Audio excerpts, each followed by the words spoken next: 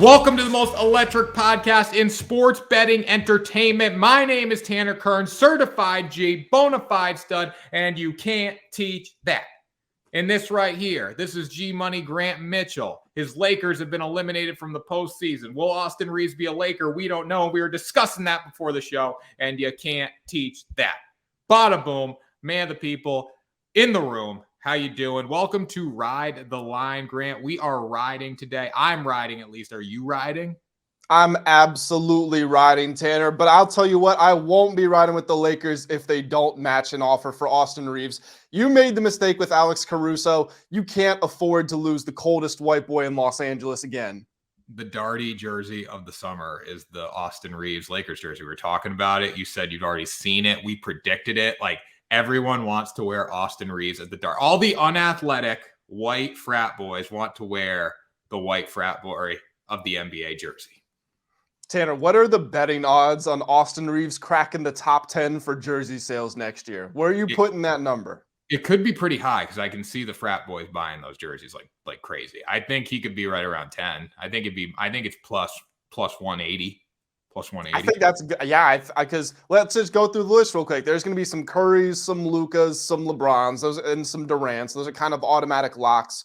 From there, maybe some Ja Morants if he ends up playing. You know, he might miss half the season. Maybe some Dame Lillards. But after that, Austin Reeves is right in that mix of other players. Oh, 100%. I mean, and he's a vibe. He looks disheveled, like you said at the press conferences. We talked about it. He looks disheveled. He's a guy that didn't get drafted. You can root for him. He plays for the Lakers. I mean, come on. Perfect combination. He's him.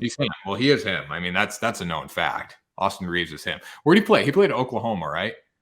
Yeah, he started out at Wichita State 2 years and then 2 years at Oklahoma. And he actually, Desmond Bane for the Grizzlies, obviously. He actually dropped 45 points on Desmond Bane and TCU in college. So maybe we should have seen this coming. Yeah, I mean, it's not surprising. It's Austin Reeves. He's him. He's that good. You know what would be really funny, though, is if he gets the largest contract ever for an undrafted player. Right now, Duncan Robinson, I believe, has it at 5 years, $90 million. Not all that's guaranteed. Something else we were talking about in pre-production. But it's not totally unfeasible. A team offers Austin Reeves $20, $25 million a year, and he becomes the highest paid undrafted free agent ever. All Duncan Robinson does is freaking prance up and down the court after he makes one three-pointer. So I'm an Austin Reeves guy. That's who I am. I think he'll be the highest paid guy because he's Austin Reeves. And he plays in Los Angeles too, so that helps. Yep, absolutely drives the star value. Tanner, ignoring you're a little salty that Duncan Robinson put your Celtics to bed, sent them out of the playoffs. We've got a really jam-packed show today, and we're going to talk about Duncan Robinson's team, the Miami Heat, taking on the Denver Nuggets in Game 3 of the NBA Finals. The Nuggets won Game 1, and then obviously the Heat bounced back. They win it in Game 2. The Nuggets are ahead by a lot. They come all the way. The Heat come back, and then the Nuggets come back. They have a chance at the buzzer to tie the game. Jamal Murray ultimately misses it. Heat win that game, and it was the Nuggets' first loss at home in the postseason. We're going back, series tied 1-1. Tanner, give me just your general thoughts heading into this matchup. How do you see this working itself out? Well, first off, you need to go to WSN and subscribe to the podcast. Subscribe. Lock it in. Smash it. Social. Smash it. All the links are in the description below. And you're right in the previews, right, for the NBA Finals? Yes, I am. We're 1-for-1 so far. 1-for-1 or 1-and-1? Well, 1-and-1. My mistake. I keep you. You know what? You're trying to lie to people. I keep you humble. Keep me honest. I appreciate that. I'm keeping you honest. Anyways, my thoughts on this entire series. It's very simple, Grant. I have one major thought, and then I'll give you some minor thoughts. But my major thought is the Heat are not that good of a basketball team. They're still fraudulent in a relative manner, right? Yes, they got to the NBA Finals. They beat a lot of good teams along the way. But are they a great basketball team? No. If they make their three-pointers, they can hang with anyone in the world. If they shoot 50% from the three like they did in Game 2 or close to it, they can hang with any team in the NBA. But if they're forced to get the ball inside, play different types of basketball than just making their three-pointers like the Denver Nuggets did to them in Game 1, they cannot hang with a lot of teams. We go back to the Celtics series. Realistically, they made shots down the stretch to beat the Celtics from beyond the arc. But should they have dominated that series? If they didn't shoot 50%, they wouldn't have dominated that series, right? So I look at this like Caleb Martin came alive in game 2. He was non-existent in game 1. You need everyone to contribute if you're the Miami Heat, because Jimmy Butler can't do it alone. We've seen that. Yes, he has the big 40-point game sometimes, but overall, this Heat team needs to play as a total team, and they all need to make their shots to win, because the Denver Nuggets are leaps and bounds better than them. So I agree with some of what you said, and I disagree with some of what you said. First of all, the Heat absolutely should have dominated the Celtics, because the Celtics are a bunch of cowards and they've got their heads stuck in the sand whenever it gets tough. They're like ostriches running around. They see the sight of danger and it's in the sand we go. Is that all you disagree with, though? Is that what you disagree with, my Celtics comment? That's just part of it. No, what I do disagree with is saying that the Heat aren't actually a good basketball team. This is the thing about them. First of all, the Heat are such a rare case. You kind of have to throw away all precedent and just comparisons in the NBA when you talk about the Heat, because this is a team, we talk about all the time how Jimmy Butler raises his play when he gets to the playoffs. Well, so does Eric Spoelstra, Pat Riley. He's still involved, even though he's the general manager. He's still talking to Spo about the game plans and all that. One of the legendary coaches of the league. The rest of the players get better because of the confidence that is brewed in them. And there's just something about this team that, yes, they don't have even close to as much talent as other players in the league. If the finals and the playoffs and even the regular season were just defined by the scouting report, the Heat might never win a game because they don't win the scouting report.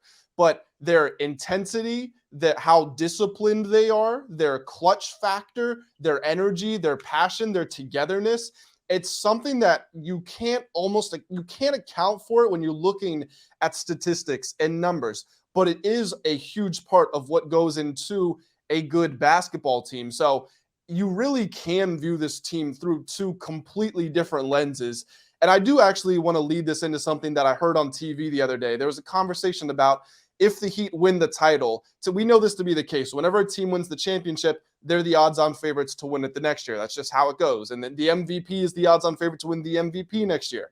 If the Heat win the finals, there's still a very real chance they aren't even in the top 5 of championship odds for the next season. So again, I can understand why you were saying that, but I still don't think it's fully true, because you're disregarding a huge advantage they have, which is the mental component.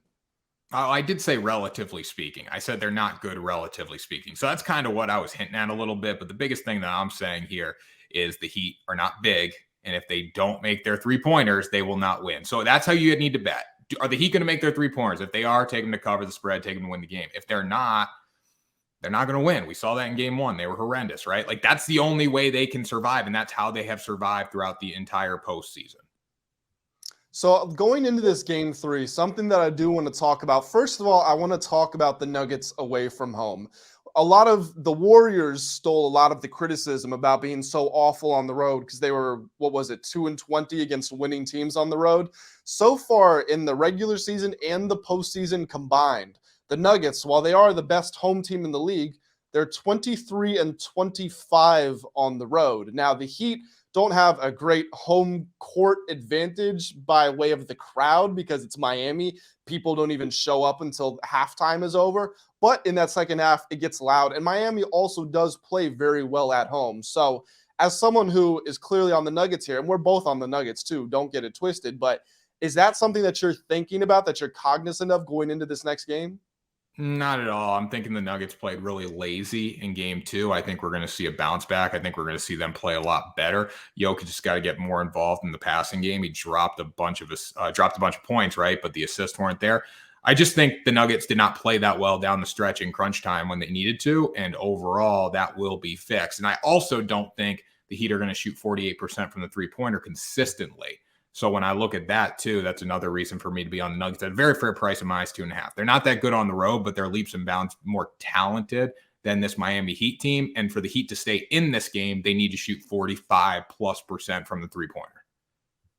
And a big part of why they were able to succeed from the 3-point line is all of the mental lapses that occurred for the Nuggets on the defensive end. Kentavious Caldwell-Pope fouling 2 3-point shooters. I forget who it was, but somebody fouling Jimmy Butler on a 3-point shot after a pump fake. It's Jimmy Butler. He's not a good 3-point shooter. And the number one thing on the scouting report is watch for the up fake. And you fell for it. And ultimately you ended up giving him free throws.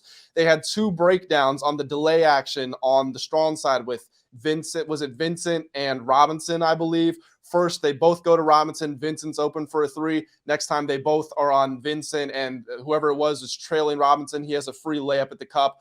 All those mental mistakes came back to bite the Nuggets so severely. And as much as I do want to give credit to the Heat for their game plan and their resiliency, just like always, the Nuggets have more levels they can go to. If these teams both play with the same amount of intensity and the coaching battle, even if it's just a little bit in favor of Miami, the Nuggets should have swept this series. It's just glaring mistakes like that is what's going to hold them back. And then as far as the whole turning Jokic into a scorer instead of a passer, I do want to get your take on this as well, because it was a popular topic of conversation about how the Heat succeeded in doing that. But then Eric Spoelstra completely denounced it at the press conference. He said to boil it down to that simple of a level is just unfair. And I believe he said it was through the lens of untrained eyes. JJ Redick, former NBA player, said on his podcast that it can't be that simple.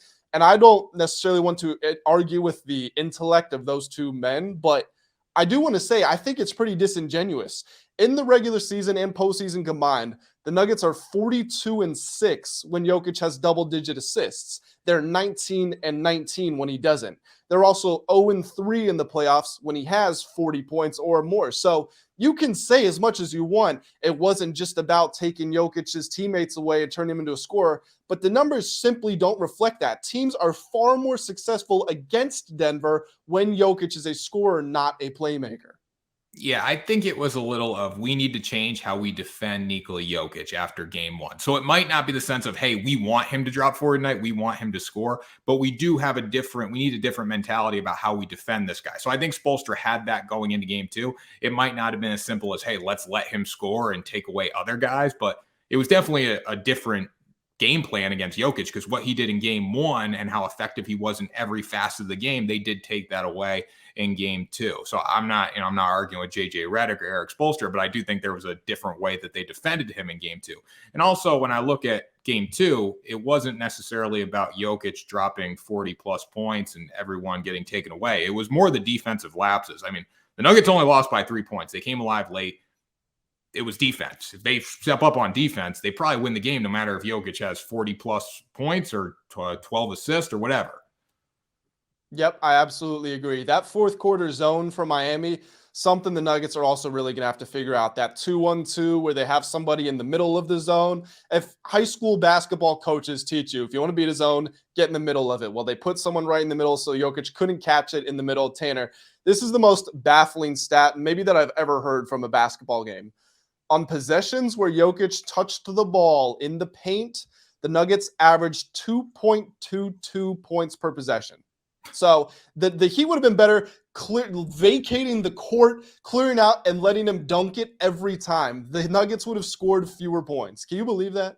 Yeah, it's crazy. And when I look at this, I mean, those 40 points that Jokic got, what did he have in game one? Like 20-something? As 20-something, 14 and 10, I believe. Yeah, low to mid 20s, right? Those points would have been distributed to other guys if he had the assist too. So they still were very efficient. It just came down to defense. And I do think Eric Spoelstra had a different game plan defending him, and that's the reason that he became more of a scorer. But it probably just wasn't as simple as the media put it. And, we all put it saying, hey, yeah, they wanted him to score tonight. Yep, absolutely agree. Last point that we should talk about here going into this next game, and it also pertains to the rest of the series. Can the Heat actually win the finals with Jimmy Butler playing the way that he is on offense? He had 21 points last game. Believe it was it 17 the game before? It was something in the teens. He's averaging less than 20 per game.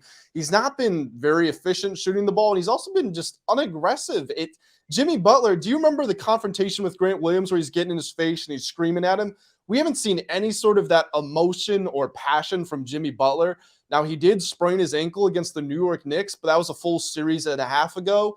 And I haven't seen him re-aggravate the injury, so I don't know if somehow it's coming back to bite him in a delay fashion, but something just seems up wrong with Jimmy Butler. And I personally don't see a way that the Heat can win these finals if he doesn't step up and have those signature 30, 40-point games. even if he steps up, they're still at a major disadvantage in this series. Like, they're just not as talented as the Nuggets. The Nuggets can take it to another level. The Heat played probably one of their best possible games that they're going to be able to play in game 2, and they still only won by 3 points. I think the thing with Jimmy Butler is the Nuggets are really focusing on him and trying to limit him, and that's one of the reasons they had all these defensive lapses, keeping other guys open on the floor.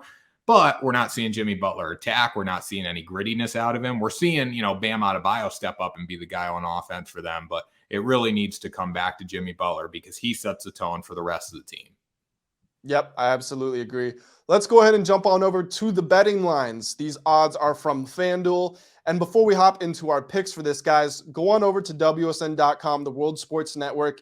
Find yourself a FanDuel promo code. You can get a $2,500 no sweat first bet. Normally it's $1,000. They've taken it up to $2,500. That means up to $2,500. You miss your first bet, you get that amount back in bet credits. Bet credits can be used to place bets, and if you win them, you get cash prizes just like you would any other bet. So it's a great deal for you all. The Nuggets are favored by 2.5 points on the road. Miami obviously plus 2.5 at home. I personally am on the Nuggets at minus 2.5 in this one. This is the third game in a row that I'm taking the Nuggets against the spread, although I will say I had a first half spread for one of those picks. I just have a lot of faith in them. I think that this is a series that's a battle of adjustments. And Michael Malone, although Eric Spoelstra is the best coach in the NBA, he's going to make adjustments. He's not going to be completely outfoxed. I also think he's going to be able to get into the head of Michael Porter Jr., who was a much improved rebounder and defender throughout most of the playoffs, but he made himself unplayable in the last game. That was a big part of why the Nuggets offense also faltered. And again, just stupid defensive mistakes. That was the main reason that the Nuggets did lose that game. I think he's going to have it drilled into their head. We have to be on our P's and our Q's. I don't think it's going to happen. I like the Nuggets winning this one. Yeah, Nuggets minus 2.5, slam dunk. Bring it home. In game 1, I was on Denver at -8, -9, whatever it was. Game 2, I like the Heat at plus 8.5. My only thought process there was they need to be a little better than they were from the 3-point line. And they were still in game 1 down the stretch. Like, there was a point where it looked like they might have pulled off a backdoor cover. So I did take them there. I will be back on the Nuggets in this one. I think Coach Malone, the thing I like about him at least, he might not be the same basketball mind as Eric Spoelstra. He's still going to make adjustments. But after the game, he was literally ripping these guys in the locker room. It was a intensity that you don't necessarily see out of an NBA coach because all these guys are making millions and they all have their own agenda for the most part. Like, he was getting in their head and saying, we are going to Miami and we are going to win a basketball game. So I absolutely love that. I think that's another reason to go with Denver. And again, the Heat were 48% from the 3-point line or whatever it was. It was very high. When you look at it, are they going to be able to do that consistently? And the Nuggets only lost by 3 points when the Heat played their best possible game ever. And the Nuggets played terrible.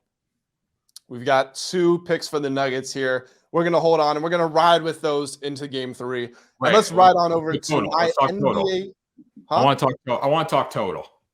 Okay, go for it. Let's talk total. Well, what is the total even at, first of all? We want to look at this. So it was 215 last time I checked. I will let you know. I have it pulled up right here. It's 214.5 now. Game 1 was way under. Game 2 snuck over. And game 2 snuck over because of what the Denver Nuggets were able to do down the stretch in that game. Game 3, I think this is an overall like an under series. Like, I would just continuously play the under. Yeah, I'm not mad at that. I think, like you said, I mean, going back to your whole theory about the Heat have to make their shots. Granted, they shot 38% to close out the regular season. They're shooting about 38, 39% from 3 in the postseason.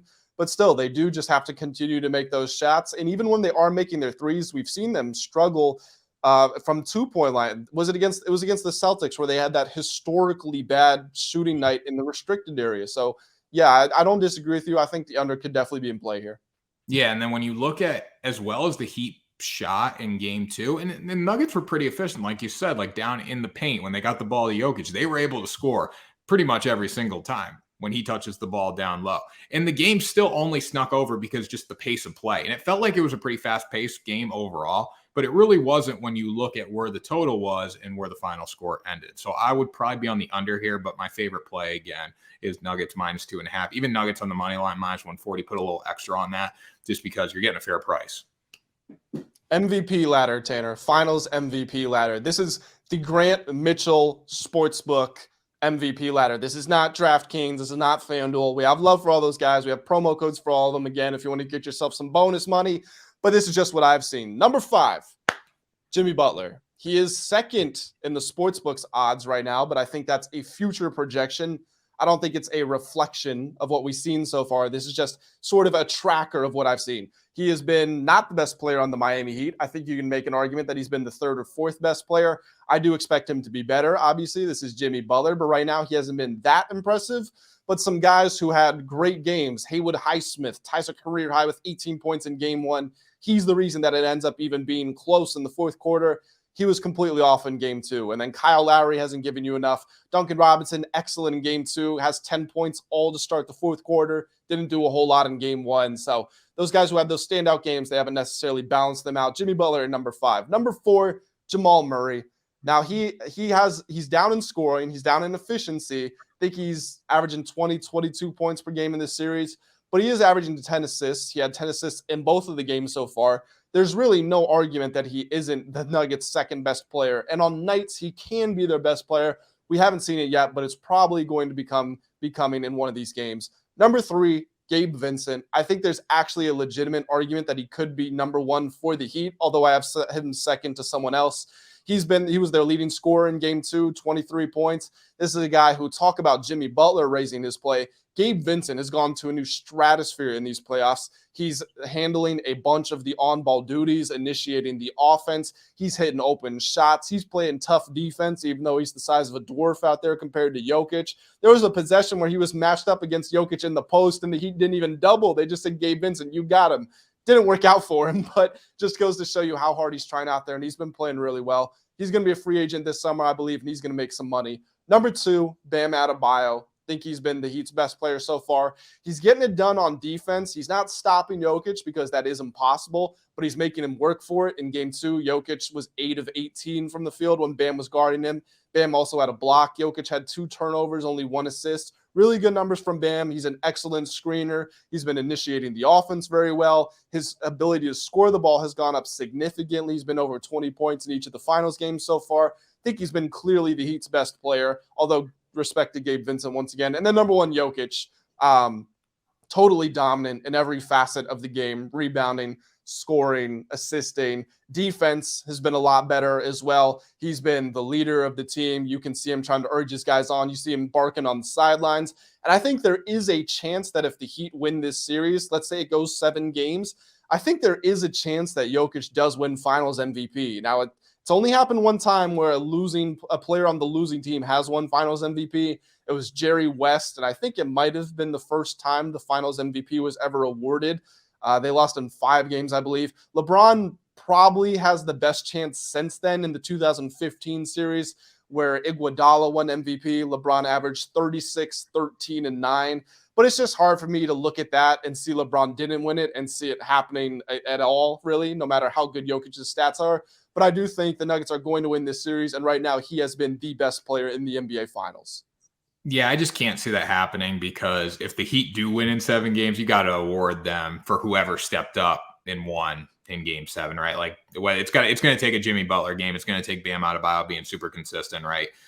So I just can't see that happening. I like this list. I'd move it around a little bit. So I would go Jokic number 1, Adebayo number 2, just because you're getting Nuggets top player and then the Heat top player. Then I would put Jamal Murray up to 3, even though Jamal Murray's not going to win if the Nuggets win because it's 100% going to Jokic. But he is a star player for the Nuggets, and I think they have a better chance than the Heat. I would drop Gabe Vincent to 5 and then move Jimmy Butler up to 4 because, again, these awards go to the star players no matter what. They 100% go to star players no matter. Like the backup guys have to be, or the secondary guys have to be that much better to win the award. So if it's somewhat close, and by somewhat close, it could be a massive gap, you're still going with the star player because they want to see those guys get the MVP. Yep, totally fair. We good on this one? We good to move on? We're good. Nuggets minus 2.5 under. Play the under, and let's have a night. Are you riding? I'm riding, Tanner. Let's ride on over to talk about somebody else who would be riding if he wasn't worried he was going to fall off the side of the earth because, the earth is flat, as he has told us on numerous occasions. Kyrie Irving has endorsed a Dallas Mavericks trade for his old teammate, his old championship buddy, LeBron James. Now, aside from this being completely impossible because Kyrie's a free agent. He wants to be back and he wants even more money than he is making. But let's just say he comes back on his current deal, which again, he wants more. But let's just say he comes back on his current deal. Luka, LeBron, and Kyrie would be all but, I think, $8 million of the salary cap. If Kyrie gets that extension and the increase in pay that he wants, there would be like all but 100,000 of the salary cap, and you've still got to fill out 12 other players on the roster. So literally impossible unless the Lakers buy out LeBron or Kyrie takes a pay cut, which he has blatantly said he's not going to do. But putting that aside, Tanner, let's just hypothetically, completely hypothetically, Luka, Kyrie, LeBron, how good is that team? It's a very good team, but it's Kyrie thinking that he can.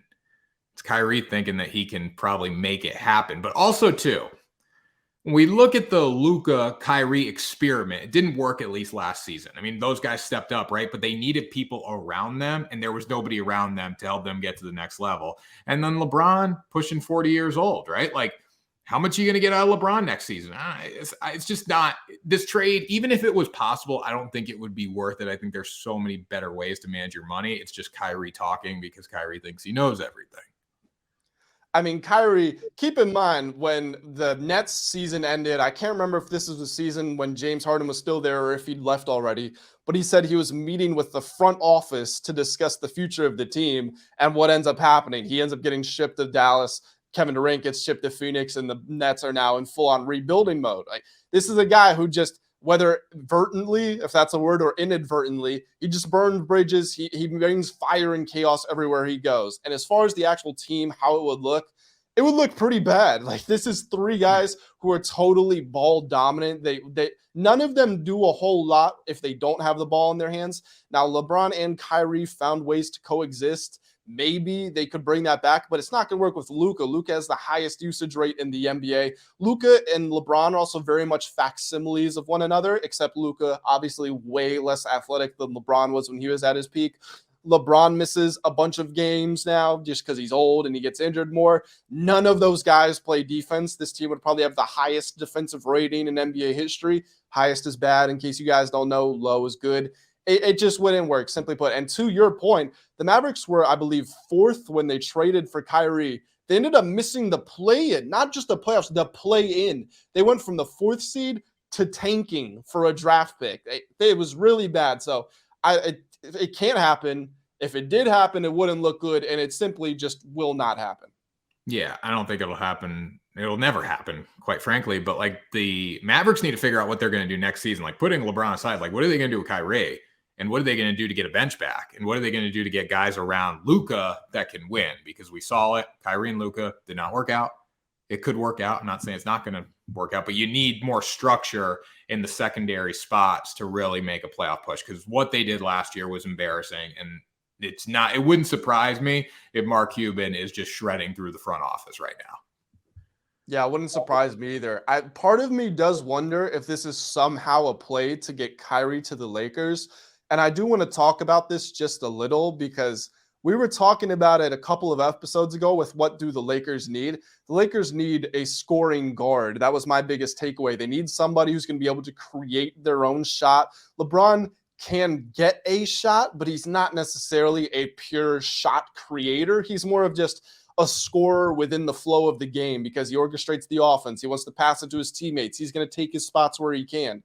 Kyrie's somebody who, no matter what's going on, give him the ball, clear out, and off the bounce, he's going to be able to find his shot. He led the NBA in fourth quarter scoring per game in this regular season. He's somebody who would fit the mold of what the Lakers were lacking, specifically in that Nuggets series. So Kyrie to Los Angeles, I feel like it does make sense, even though you're walking on thin ice. Like, it's Kyrie Irving. Again, he kind of just blows up franchises everywhere he goes.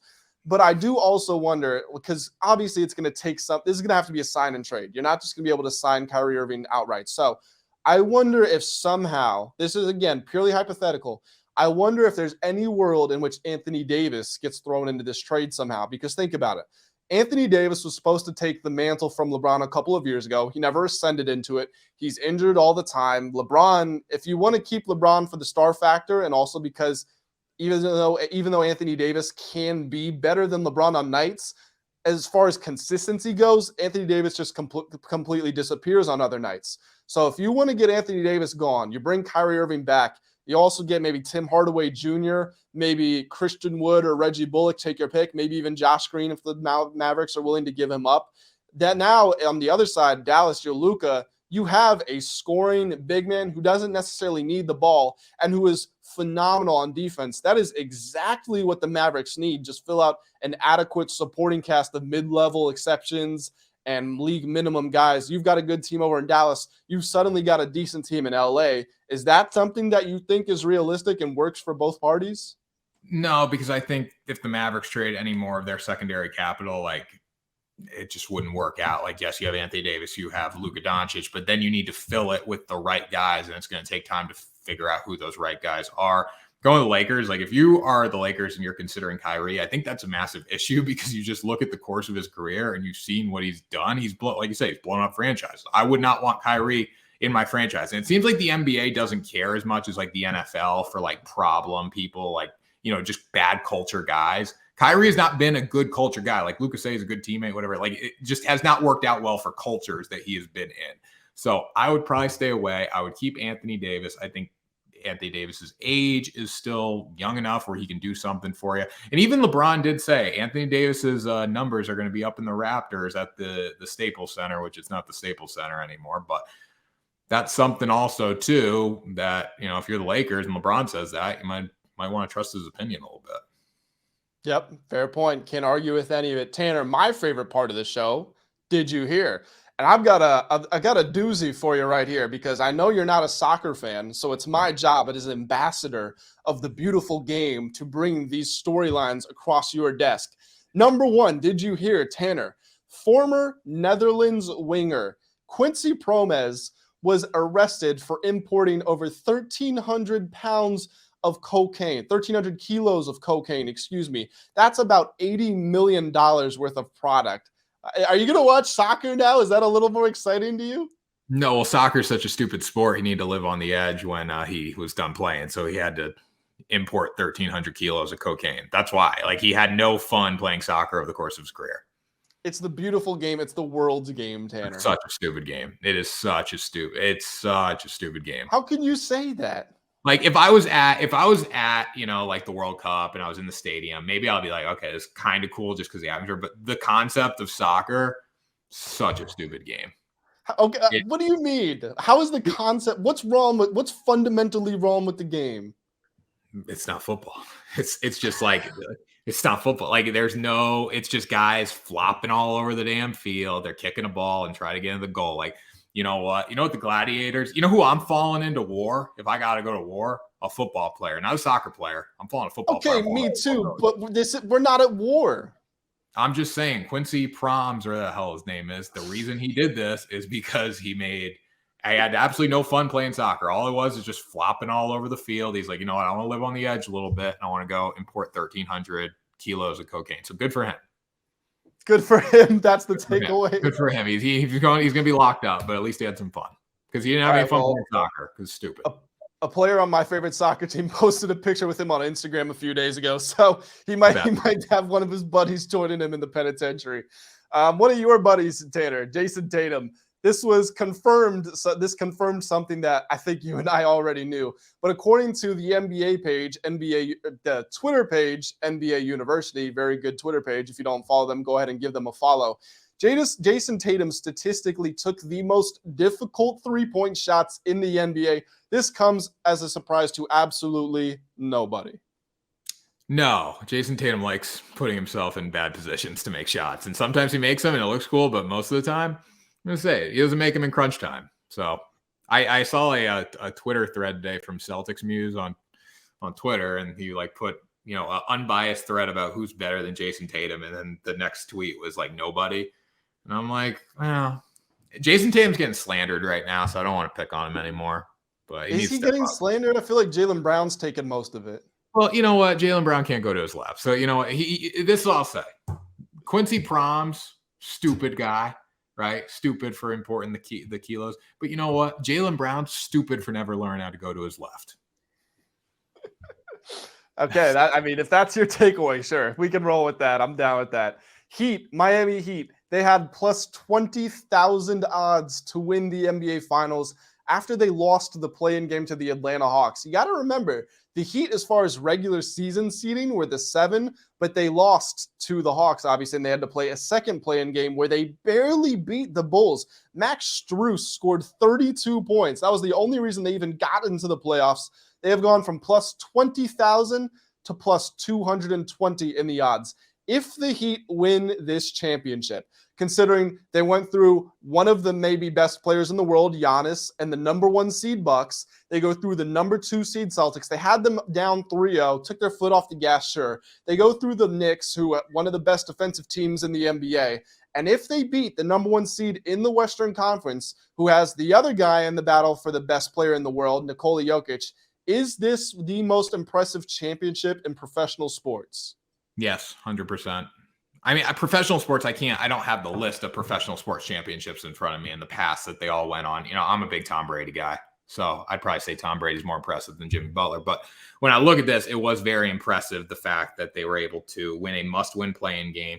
They beat the Knicks, they beat the Bucks with Giannis, right? They beat the Celtics. Celtics were a very good team, even though they're young and inexperienced. Like, they've done well, and they got a chance to win a championship. So, yes, this would be pretty impressive. I will say, though, I'm sure there's some other impressive runs in sports. I just don't have the list in front of me. Yep, fair enough. I would agree with you. Certainly got to be in the conversation for it, no doubt. Yeah, I agree. And then the Miami Heat, throughout 20 playoff games, sticking with Miami here, 20 playoff games, their scoring differential by quarter. In the first quarter, -1. Second quarter, -11. Third quarter, -12. Fourth quarter, plus 90. Goes back to that mental component we were talking about with them earlier, Tanner. They just step up. They just perform when they have to. That's the simplest way to put it.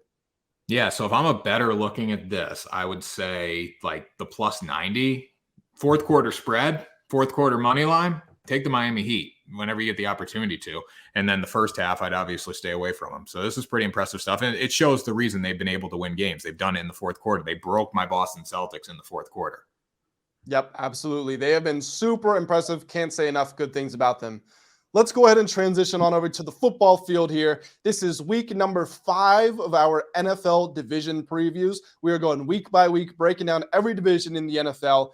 And once we get to the end of it, we are going to give you our full playoff predictions, our champions from each side, and then our Super Bowl champions. So keep it locked. Make sure you're subscribed to the channel already. If you haven't done that, drop a like on the video and let us know that you appreciate it. Let's jump right in. Today, we're starting off the NFC, and we're starting it off with the NFC East. Now, they sent a representative to the Super Bowl last year. Didn't end in victory, but the Philadelphia Eagles acquitted themselves very well, 38-35 against the Kansas City Chiefs, the most dominant team in the NFL over the past 6-7 years.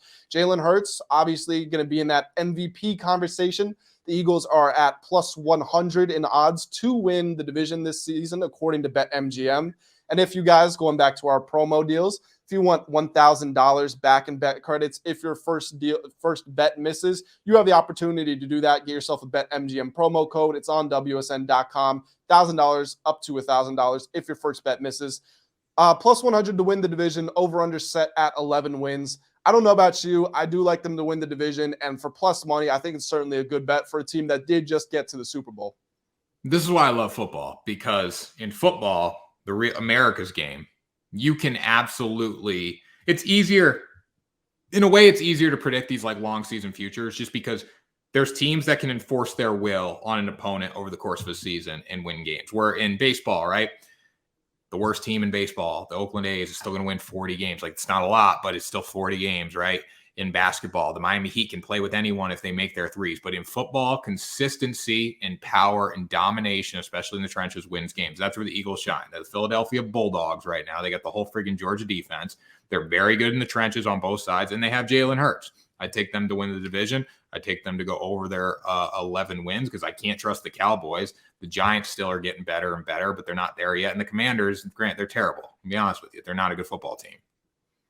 Yeah, I am a little I'm not concerned. It just hurts a little bit that you did lose Javon Hargrave in free agency. And of course, he joins the 49ers because, yeah, they definitely needed help on the defensive line, right? But you get Jalen Carter in there. He's going to be good. Obviously, like you said, Nolan Smith. You added DeAndre Swift too because you lost Miles Sanders. I think DeAndre Swift personally is even better than Miles Sanders is. That offense is going to be as dynamic as ever. I do not see a way this team loses this division. And then over or under 11 wins, we talked about this on one of our previous episodes. Because that number is not set at a half, you can get a push and get your money back if it doesn't hit. Granted, you don't want that to happen, but because that is the case, I would be more willing to go with the over. If it was 11 and a half, I think it's a little tougher, but because it's just 11, I'm definitely going with the over. Yeah, I'd rather take them to win the division, but I do like the over of 11 wins. But if I had to pick between one of them, I'd just take the Eagles at plus money to win the division. Yep, I absolutely agree with that. Number 2 in line, the Dallas Cowboys. They are plus 175 to win the division. They're over under 1 game behind. They are at 10 wins. Now, they added Stephon Gilmore. You will know him from his time with the New England Patriots, obviously, former AP Defensive Player of the Year. Also picked up Brandon Cooks to be their wideout. This is going to be Tony Pollard's first year as the full-time back. Ezekiel Elliott no longer there and still a free agent, kind of surprisingly. We just both said that we do like the Eagles to win this division, so obviously we're not taking them here. But as far as the over-under and maybe even mounting a challenge for the division title like they did last season, do you think that's possible? I think it comes down to Dak, and Dak's more of a regular season quarterback, right? In the playoffs, he totally underperforms. He beat the Buccaneers, and everyone thought he was back, but it turned out the Buccaneers were really not that good of a football team in the playoffs, right? So that's kind of what it comes down to there. I do think losing Zeke is going to affect this team. Tony Pollard's a phenomenal running back, but I liked how they worked together. And yeah, they added some guys. They still have some really good receivers, but it just really depends on how Dak Prescott consistently performs this season, if he takes care of the football. But like, even though it's only plus 100 to plus 175, I do think the difference in talent between the Philadelphia Eagles and the Dallas Cowboys is massive. I do as well. And I do think the Cowboys defense is going to be phenomenal. And almost because of that, I feel like you know what? I'm going to put Dak Prescott on the hot seat. I think this could be maybe his final season in Dallas. I do, because throughout his career, he's had tremendous offensive lines. He's had great running games. He's had all the weapons at wideout that you could possibly ask for. If the defense is really good this season, because it was really good last year, and on paper, it might be even better this time around. If that's the case, and the Eagles are continuing to get better, this is a league that is dominated by quarterback play. While the years have passed, Prescott has slipped down the pecking order, the totem pole, as far as league-wide quarterback rankings go. He led the league in interceptions last year despite missing a quarter of the season. If he's 15, 16, 17-ish quarterback, Jerry Jones doesn't really love him. He's said numerous times, I hate that I paid him what I did. Jerry Jones is a guy who wants big-name players. He wants the stars. I don't think he would hesitate at the opportunity to trade Dak if it came up. Yeah, Jerry has no problem getting rid of anyone. He wants to win. And honestly, how old is Jerry? 70, 80 something? I'll look it up. Yeah, look up how old Jerry is. Jerry's in his 80s. Jerry Jones is 80 years old. Born October 13th, 1942. What's the average lifespan of a male in the United States? Probably less than that, you know? Yeah. A man in U.S. This is great. We're doing a little bit of research right here. 77.3 years. Hell, it's got to win one soon. I like I said, Dak. I don't have a lot of belief in Dak either. That's the thing. I think we've seen the best of him. I don't think he has room to improve. No, I think Dak has hit his ceiling, right? He's going to throw picks. He's not going to win the big game. He's going to look really good at times. I don't think the Cowboys necessarily want to go full rebuild and draft somebody, but next year's quarterback class, I believe, is pretty good. They're not going to get Caleb Williams out of USC. He's going to go number 1, but I feel like next year's pretty good. I think there's some good arms in that class. Yeah, I would struggle seeing them. Maybe they would draft somebody and let him sit behind Dak for a couple of years. That's a possibility. That's what ended up happening with Dak. He got it in a preseason competition with Romo, right? And Romo basically said right there, like, I knew I couldn't compete with him. Yeah, Mac Jones to the Dallas Cowboys. Oh gosh, that's a win for New England. Actually, you should be cheering for that. Mac Jones sucks. Bailey Zappe's so much better. Mac Jones to the Dallas Cowboys.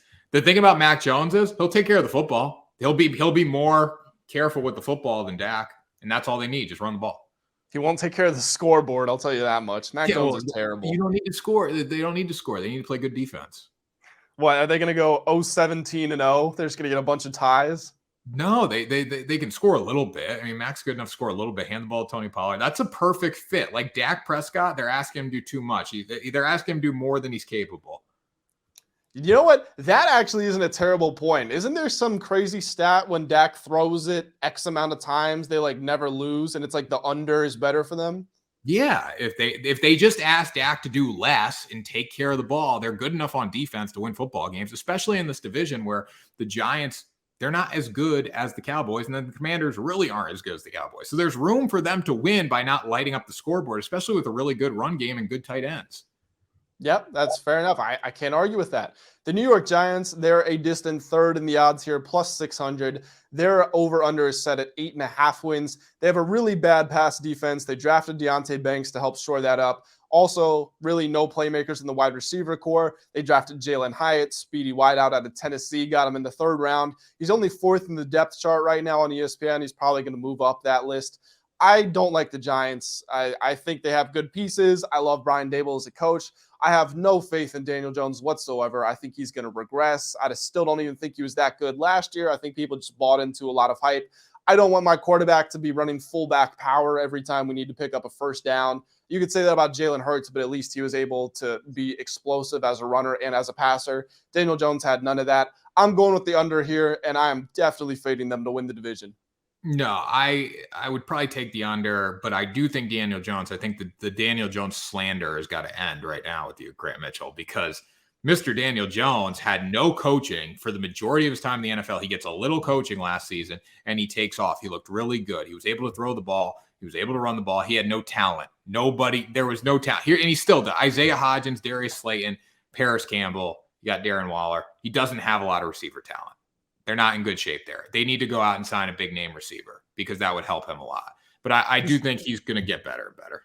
He threw 15 touchdowns last year. That's not a good season. Because they didn't throw the ball, Grant. Like they didn't have because guys. He can't throw the ball. No, because they didn't have guys to throw the ball. He can run, he can throw, he can do it all. They don't have guys. And you have Saquon Barkley too. You want to hand the ball to Saquon the whole time. Just make Daniel Jones an H back. Put him in the wishbone offense. Do something Daniel like Jones that. Has a freaking cannon, Grant. He can cannon. He has a cannon. He has a balloon cannon. The thing used to inflate a balloon. He has a cannon, Grant. You know they groom quarterbacks at Duke. Yeah, Duke and the New York Giants. That's a real powerhouse duo for quarterbacks. He had no coaching though. Like I don't think he deserved to be a first-round draft pick, but the way he got thrown into the league, like imagine if your boss just changes every freaking 2 months. Not easy. Okay, but his boss wasn't changing. His boss just kind of sucked. He got a new boss. He got a new boss every season, basically. All right. Who are his coaches? Who are the Giants coaches, Grant? Oh gosh, what was his name? I'm thinking of the GM that they hated. I can't even think of their coaches' names. Giants head coaches. Let me see this. I gotta pull this up. You got Tanner. It's Joe Judge, and then it was Pat Shurmur. All right. Ben McAdoo. He played for McAdoo, didn't he? Oh yeah, you're right. Okay, so he's had McAdoo, Shurmur, and Judge, maybe. McAdoo, then an interim in Spagnuolo, interim in Shurmur, I guess, right? Yeah. All right. Joe Judge. What year was he drafted? No, he was drafted in 2019. Yeah. He was drafted in 2019. So he had Shurmur, then an interim, then Judge, then Daboll.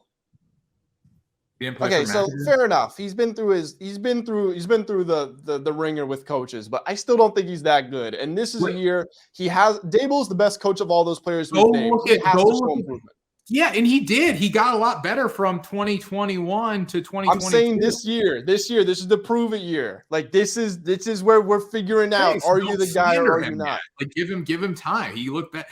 Go look at Joe Judge calling offense in New England and tell me how Daniel Jones was supposed to be good under him. Okay. Like I'm just saying, we'll revisit this conversation at the end of the year. That's all I'll say. Don't slander Daniel Jones. Whatever. You slandered my Washington Commanders. You called them one of the worst teams in the league. They're a Here's joke. something about them. And look, I'm a Commanders fan. Everybody out there, I hate that I am. I just happen to be born in the area and I picked it up. They're not as bad as you think. In 7 of the last 8 seasons, they've won at least 7 games. That's not awful. Their problem is they're just mediocre every single year. They're never that good and they're never that bad. So it's just burned in your brain that they're irrelevant. That's what they are. They're irrelevant. They drafted Emmanuel Forbes, and this is actually a good question for you since you used to play football, obviously. And now you're a big offensive lineman, and we're talking about corners, but I still want your insight here. Emmanuel Forbes is 166 pounds. That makes him the 3rd lightest player in the NFL. As a cornerback, can you survive at that in the NFL? Obviously, they're going to have him in the weight room. They're going to have him on a meal plan, but he's still going to be skinny. Put DK Metcalf out on him and have him block him in the slot. I don't think he's going to do too well. You got to put some weight on. You got to put 166. You can't play 166. No, and this is the thing. He led college football in man coverage rankings, but again, 166, like what happens if you're in a jam with a physical receiver? I just don't see it ending well. Yeah, I mean, college to the pros is different. Like, I'm running at him all day long. You know, if you're a safety, you obviously couldn't survive because you got to come downhill and make a play. But cornerback still got to be able to tackle in the open field, right? And yeah, he's athletic and all that, but I'm going to run sweep at him all day long. I'm going to find ways to neutralize him with my wide receivers. I'm going to run crackback blocks on him, in trips and all that. I'm going to do a lot of stuff he's got to get in the weight room. There's offensive coordinators are going to be attacking his small size. Yep, I agree. One last question here that I do have for you about the Commanders as well, actually. This was an interesting thread that I saw on Twitter, and it was basically every year, practically, not every year, but most years, there's an MVP candidate that kind of just comes from nowhere. Mahomes' first year starting, 2018, it was him. Lamar Jackson in 2019. 2020, they didn't really have anybody. 2021, that was Josh Allen, the year he took the leap. Last year, it was Jalen Hurts. For 2023, they just floated some random ideas around there. They had Jared Goff on the list. I think you could argue that a little bit because we've kind of seen it coming from Jared Goff based on last year. Like, Jared Goff was one of the 7 best quarterbacks in the league last year. It wouldn't be a huge surprise if he was around there again. But some other names they put out there, they had Kenny Pickett. I don't think that's going to happen, but they had Sam Howell in that list, obviously, of the Commanders. If there is a similar situation like that where there is a sneaky sort of MVP pick, or at least a guy who really flies up the rankings, Sam Howell could be the one to do it, just in theory. I mean, he's got great weapons. He's got 2 very capable running backs in the backfield, Terry McLaurin, Jahan Dotson, Curtis Samuel, Logan Thomas. That's a good cast of weapons. It's just, is Sam Howell actually going to be able to produce? Grant, that's a stupid question. The Commies are going to win 6 games. Let's relax, okay? MVP. I'm not saying he's going to be MVP. I don't want that to be the case. I would have phrased the question differently. I would have said, is Sam Howell going to be reputable? I wouldn't have said MVP and Sam Howell. And then you mentioned Patrick Mahomes, Josh Allen, all these guys. Come on. They're guys who have taken the leaps out of nowhere. All I'm asking is, Sam Howell, can he take that sort of leap from nowhere like other players have? I mean, it helps having the new offensive coordinator there, right? Enemy? Yeah, absolutely. It helps having enemy there, but I don't know. I need to see him play more than anything. I just think that the Commanders are just, they live in this participation trophy era where it's okay to win 7 games and be like cool with it. And then they also put up like metal pole statues of Sean Taylor. So like, it's just a bad mix, Grant. Yeah, that Sean Taylor wasn't new ownership group. New ownership group. I mean, Magic Johnson's coming to town. Like, we're going to start winning games now. The Lakers, the Dodgers, look at what he's a part of. We're going to win more games now. I just don't know if it's going to be this season. They're plus 1,000 to the win the division. I didn't even bother reading it because it won't happen. The over-under is at 6.5 wins. Tanner, which side are you falling on that one? Probably under. I mean, I think around 6 is a decent number. They have a lot of talent, don't get me wrong, but in this division, when you're playing the Giants who are better than you, even the Giants are better than them, and then the Eagles and the Cowboys, like realistically, the Eagles and Cowboys, one of those teams is going to sweep the Commanders. They'll split against another one. The Giants probably split. What's that? 3 wins right there. I don't know. They're out of conference or they're out of division stuff, but I would take the under. I actually don't know their out of division stuff either. So I'll just pull it up real quick and Yeah, we can close out this show after that. yeah. Let's go through the commie schedule. Let's go through the commie schedule. All right. So are we just go week by week? Say Yeah, what's we'll a go win, week what's by a week. I'll loss? tell you win or loss for the commies. All right. I'll keep track. You let me know. Week All right. 1 versus the worst team in football, the Arizona Cardinals. They'll win that one. All right. That's 1 for the win. At the Denver Broncos. They'll lose that. Home for the Bills. That's a loss. At the Eagles. That's a loss. Home for the Bears. Loss. At the Falcons. Loss. At the Giants. I'll give them that one. All right. So we're up to 2. Home for the Eagles. Loss. Yep. At the Demoralized. Patriots. Oh, we're winning that. No, you're gonna lose. Realistically, you're not as good as Patriots. Loss. We're beating Mac Jones into the ground. We're beating him No, to submission. not, okay, count as a win. Count as a win. You're still not there yet. If Bailey Zappi's in there, then it's going to be a loss. We can't beat Just Bailey count as a Zappi. win. Give them 3. Give them 3 wins. Give them 3 wins. At the Seahawks. Loss. Home for the Giants. You're gonna split against the Giants, so I'm gonna call that a loss because I gave you a win. No, don't put that hand up. Wait, I thought you gave us a loss for at Giants. No, I gave you the first win. Okay. At the Cowboys. Loss. Yeah, we always lose in Dallas. Happens every year. Home for the Dolphins. Loss. At the Rams. It's gonna be a dogfight. Since it's on the West Coast, I'm gonna say loss. The Rams are atrocious. Come on. They are, but they still have Matthew Stafford and they still have Cooper Kupp. So, all right. At the Jets. Loss. Oh shit! I'm looking at the rest of the schedule. And I'm being like nice. Home for the 49ers. Loss. And then home for the Cowboys in the final game of the season. I'll give them a win just because I feel bad for them and they're at 4. Like I was all right, that's 4-13. Honestly, I was pretty nice there too. Like you could easily. I gave you the extra win at the end against the Cowboys. Like find me 3 more games. Wait, so that was 4. Find me 3 more games that you think they can actually win. You know, I was leaning under before, but I'm definitely going under after looking at the schedule. Based on that schedule, find me 3 more. Holy shit, like 3 more games. Like I was generous there. I gave them a win over the Patriots. I gave them a win over the Cowboys, and they're still at 4. Yeah, the Bears, like they could beat the Bears. They could beat that. Like there's teams on there that could go either way, but I don't see them winning 4 more games. No, I don't either. I think this is a team that's 2, 3, maybe even 4 years away. I do think Sam Howell can show improvement and they can still be really bad, but he still shows enough to get the job next year. But I mean, it's his first year. He didn't really play last year, and maybe he's just terrible and they need another new quarterback for the 50th time in the last 10 years. We're going to wrap it up right there for the NFC East, and we're going to wrap it up with the show. That was another great show, Tanner. Great show, Grant. That was a blast. That was a blast. It was an absolute blast. Guys, make sure you are subscribed to the channel if you aren't already. We're going to have some more videos coming out later this week. You won't want to miss out on those. Obviously, we're going to have reactions, analysis to the NBA Finals, and then in the build-up to the NFL season as well. Like the video if you did enjoy it. Leave us a comment. Let us know who you are betting on in the NBA Finals. And Tanner, get us out of here. We will be talking NFL very soon because that's what matters in America after the NBA Finals concludes on Ride the Line. Because we're riding today, Grant. And that was the most electric podcast in sports betting entertainment. We'll see you next time for another show. Smash that subscribe button.